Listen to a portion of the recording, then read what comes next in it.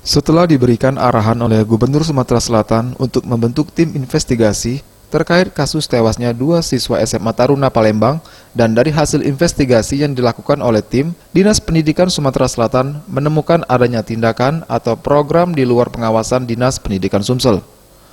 Hal tersebut diutarakan oleh Widodo selaku Kepala Dinas Pendidikan Provinsi Sumatera Selatan. Ia mengatakan, lazimnya kegiatan MPLS atau masa pengenalan lingkungan sekolah seharusnya dilakukan di dalam lingkungan sekolah. Sedangkan masa pengenalan lingkungan sekolah yang dilakukan di luar kawasan sekolah harus ada izin resmi dari pemerintah. Kemudian kegiatan MPLS dilakukan 1 minggu sebelum penetapan masa MPLS. Selain itu juga, dalam kegiatan MPLS tersebut, para siswa harus melakukan perjalanan malam melebihi batas yang ditentukan.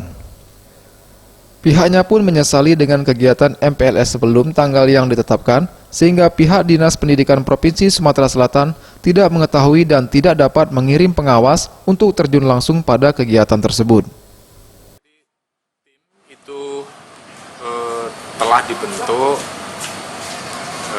pada hari Minggu, sehari sesudah kejadian. Itu tim pertama kita sudah terjunkan dan hasilnya menemukan beberapa temuan yang kita bisa simpulkan bahwa terjadi tindakan atau program yang di luar pengetahuan kita.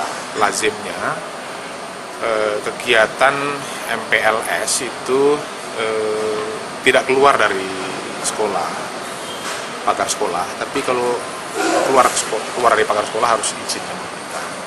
Yang kedua, itu dilakukan 1 minggu sebelum masa yang ditetapkan sebagai masa MPLS. Kita sediakan pada tanggal 15, tapi ternyata kan dilaksanakan seminggu sebelum. Yang ketiga, ada perjalanan malam yang jauhnya itu melebihi dari yang ditentukan. Ia menambahkan, pihaknya akan terus menelusuri kasus tersebut, apakah kegiatan yang diduga kekerasan ini terstrukturisasi dan telah diketahui kepala sekolah yang bersangkutan. Jika hal tersebut memang terjadi, pihaknya pun tak akan sungkan untuk menutup sekolah tersebut. Tim Liputan, Sriwijaya TV.